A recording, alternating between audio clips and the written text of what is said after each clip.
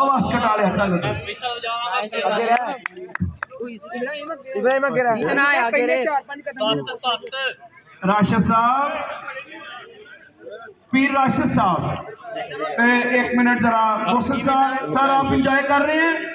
sir मैंने आपसे पूछा 1 मिनट जी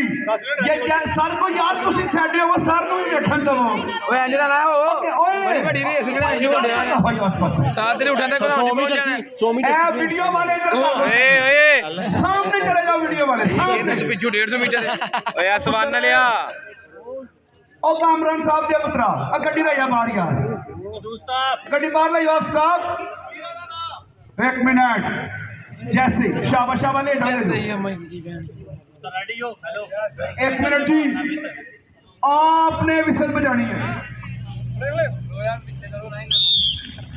ओ पीली शर्ट वाला लग रहा है इब्राहिम